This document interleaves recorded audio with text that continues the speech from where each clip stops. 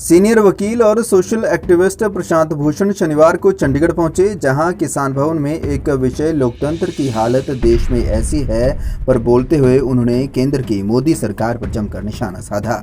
अपने संबोधन में प्रशांत भूषण ने कहा कि वर्तमान में देश में लोकतंत्र की हत्या की जा रही है। देश को सिर्फ मोदी और शाह चला रहे हैं। प्रशांत भूषण ने कहा कि आज कॉरपोरेट को फायदा देने के लिए सदन में कानून पास कर किसानों पर थोप दिया जाता है, जबकि नियम कहते हैं कि अगर राज्यसभा में एक शख्स भी विरोध करता है तो उसमें वोटिंग करवाना जरूरी है, लेकिन सीधा पास किया गया और जो विरोध करता है उसको सस्पेंड कर रहे हैं। इस सरकार में भी दो आदमियों का सिर्फ वर्चस्व है, उसके आगे कोई तीसरा आदमी नहीं है, मोदी और अमित शाह। इन लोगों की सोच, इन लोगों की संस्कृति लोकतांत्रिक नहीं है। ये लोग सभ्यता में भी विश्वास नहीं करते, किसी भी तरह के मीन्स अख्तियार करने के लिए तैयार है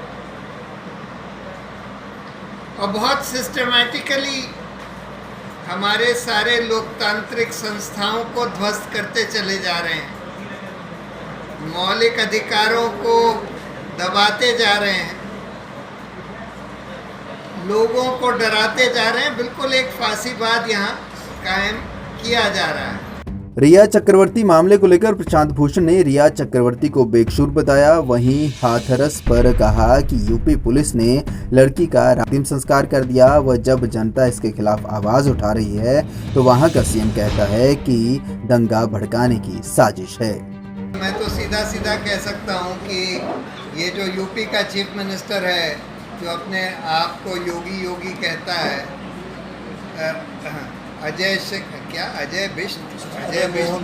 अजय मोहन बिष्ट उसका नाम है, ये तो डेफिनेटली गिल्टी है, हर तरह के अत्याचार के लिए गिल्टी है, एक तरह से जेनोसाइड के लिए गिल्टी है और इसको तो ज़रूर अकाउंटेबल बनाने की ज़रूरत है। इसके खिलाफ इतने सारे सीरियस क्रिमिनल केसेस थे, खुद अपने खिलाफ विड्रॉ कर लिए इसने।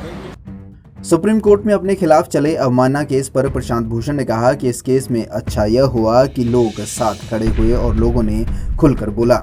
साथ ही प्रशांत भूषण ने सुप्रीम कोर्ट के चीफ जस्टिस पर भी सवाल उठाए। चुनाव आयोग पर भी सवाल खड़े करते हुए प्रशांत भूषण ने कहा कि चीफ इलेक्शन कमीशन को नियुक्त करने की बॉडी सरकार के पास है, जिसमें सरकार को पहले पता चलता है कि चुनाव कब होने हैं, जिसे तय भी अमित शाह व मोदी करते हैं। एक चीफ इलेक्शन कमिश्नर ने विरोध किया था तो उन्हें आखिर में रिजाइन कर जाने का रास्ता दे दिया गया। अब सुनील अरोड़ा, जिन्हें बनाया गया है, उनका राडिया टेप में नाम आया था।